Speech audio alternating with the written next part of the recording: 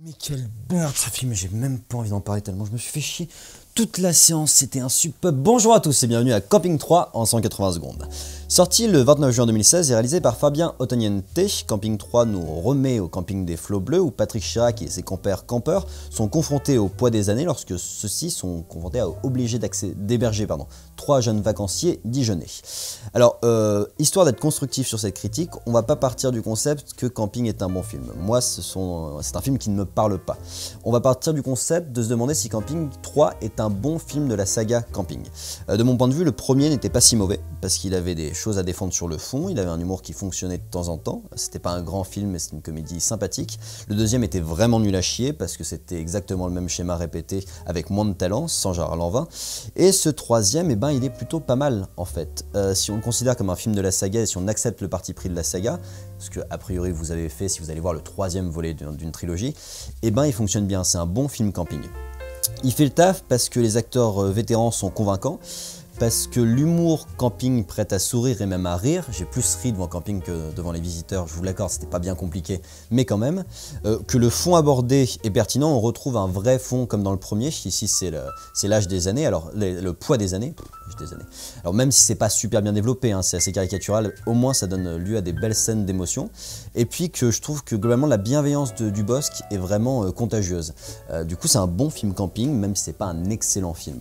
Voilà, parce que c'est pas un excellent film parce que la réalisation est absente. On a un plan effets spéciaux dans l'espace, on se demande ce qu'il fout là pour nous ramener sur un rond-point. On se dit mais ok, il y avait du fric en trop, fallait le placer. On a un scénario vraiment sans finesse.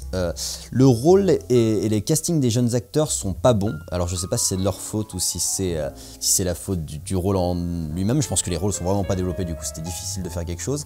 Mais les persos sont pas des personnages en fait, c'est juste des prétextes à pouvoir faire de l'humour à partir de Dubosc. Globalement on sent qu'il n'y a pas de direction d'acteur. C'est vraiment les acteurs vétérans qui eux sont bons dans leur rôle, qui dirigent le film. Et puis il n'y a rien de bien nouveau quoi. En plus on nous rajoute des guests, donc c'est Junio et Larocque, qui sont vraiment là juste pour faire un coucou et qui sont pas du tout développés non plus. Et puis c'est un film vraiment pas fin, mais bon, ça c'est le concept du Camping. Donc globalement ça fonctionne malgré tout parce que Dubosc est convaincant, Dubosc est touchant, parce que je trouve que globalement Dubosc est un bon acteur dans ce genre de rôle, qu'il arrive à être touchant et drôle malgré la caricature, et c'est quand même plutôt difficile. On a aussi Claude Brasseur qui a le poids des années, lui, est signifié par son début de sénilité, et Antoine Duléry qui lui affronte cette question par sa remise en question de la sexualité, il se demande s'il est homo ou pas. Et du coup globalement tous ces personnages arrivent à traverser ce sujet de manière assez construite et assez intéressante, en offrant en plus des moments d'humour assez chouettes. Vous penserez à moi lorsque vous ferez la scène de la jambe de bois, qui moi m'a fait beaucoup rire alors que c'est très con. Donc c'est cool, ça fonctionne.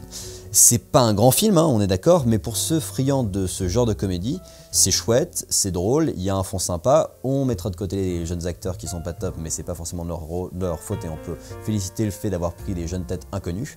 Et du coup c'est un bon Camping. Top! Voilà, c'est tout pour moi sur cette petite comédie française. Je vous cache pas que je suis vraiment allé le voir pour pouvoir vous faire la critique et que j'ai été assez énervé par la musique de Maître Gims qui m'ont foutu en avant-première. Donc j'espère que ça a été la même chose pour vous parce que vraiment je l'ai encore en tête et c'est assez terrible. Bref, je vous invite à liker, commenter, vous abonner. Je vous donne rendez-vous sur la page de Directive Première pour d'autres critiques en 180 secondes.